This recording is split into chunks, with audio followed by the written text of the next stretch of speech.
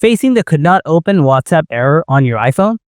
Don't worry folks, in this advanced video, I will show you how to solve the could not open WhatsApp error on your iPhone. So, let's get started. Before doing anything else, make sure you have a stable Wi-Fi or cellular data connection. Try switching between Wi-Fi and cellular data to see if that resolves the issue. Try airplane mode on and off. After trying these basic things, if your issue is still alive, then follow these advanced solutions. Solution 1. Force closed WhatsApp. Swipe up from the iPhone home screen or press and hold on the home button if you are using old model iPhone. Now find the WhatsApp app in the app switcher. Now just simply swipe up to close it and then reopen the app. Solution 2. Clear WhatsApp cache. Open up Settings, then tap General, next tap iPhone Storage.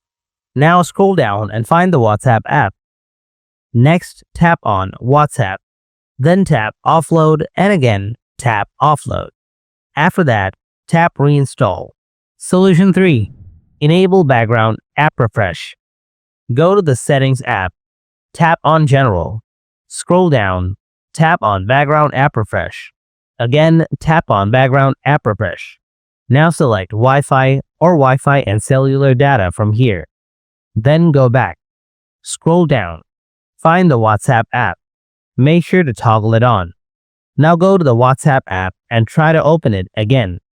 If you still have the same issue, then follow the next solution. Solution 4. Update the WhatsApp app.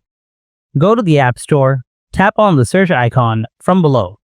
Type WhatsApp. If you see any updates available, then update the app. Check your issue to see whether it's solved. Hope you found this video helpful. If you did, then don't forget to hit that like button. And if you have any kind of questions, then feel free to ask them in the comments below. Thanks for watching, and I'll see you in the next video.